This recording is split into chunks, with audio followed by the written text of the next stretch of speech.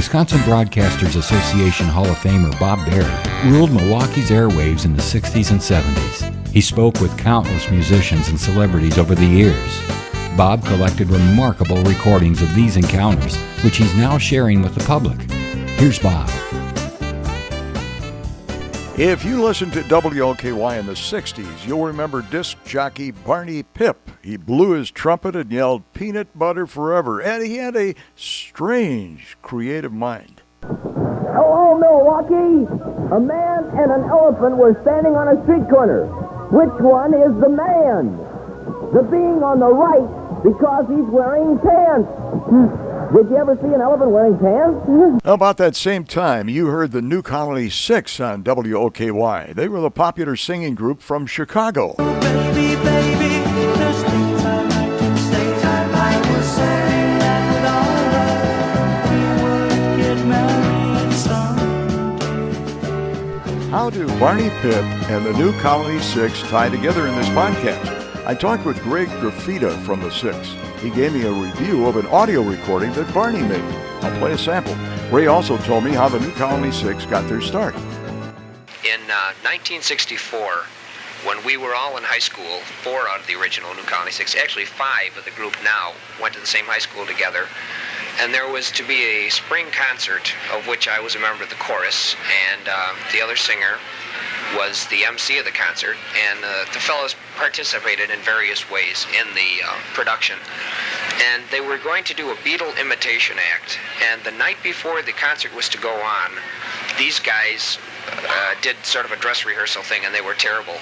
And so we offered to take their place, and as a result of this, we went on, and people thought we were using the record, and we weren't. And we got offers from girls' high schools and things like that to perform this number as well as others. And we didn't know any others, so we decided, let's start a band. And we did, and here we are. What's the story on I Confess?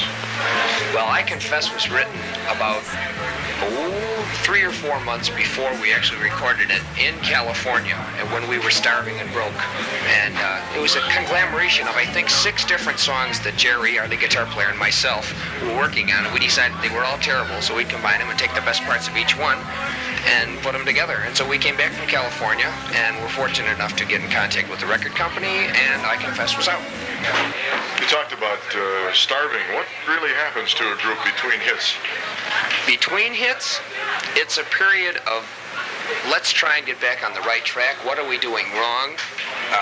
Let's go in and record again. I don't like the way this came out. It's just frustration, that's all. And if you're lucky enough to still have an appealing stage show, you can still get work. But if you don't have what the kids are looking for, it's very bad troubles. How did you develop this original type sound you did? Well, I think really it was because of the fact that we write all our own material, except, like I said, for this last song. And when you're putting a piece of yourself into the writing of the material, it's got to come out in the record, and that's what gives us our sound. One of the first groups to come out of Chicago that really made it big, aren't you?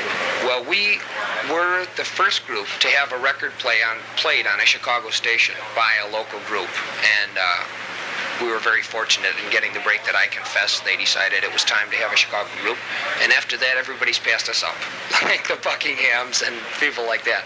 But we're happy for them, and we're just hoping our real big break is going to still come. What do you think of Barney Pip's record? Barney Pip? What do you mean, Barney Pip? Barney Pip's record's great. Now, we worked with him a few jobs. He's a goofy guy. And the record, well, I don't know.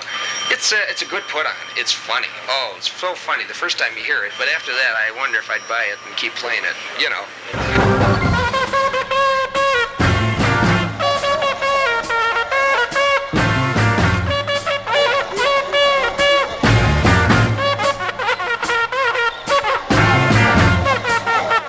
Hi, this is Ray at the New Colony 6, and you're listening to The Bob Berry Show.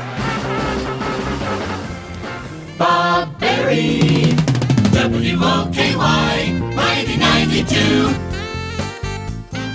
Thank you for listening to Bob Berry's Unearthed Interviews.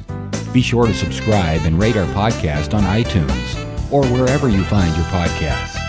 You can find all the episodes at WisconsinBroadcastingMuseum.org. Check out Bob Berry's book, Rock and Roll Radio Milwaukee. Book sale proceeds support Angels Kids Fund and Donate Life Wisconsin. The preceding program was made possible by a generous contribution from Terry Vaughn.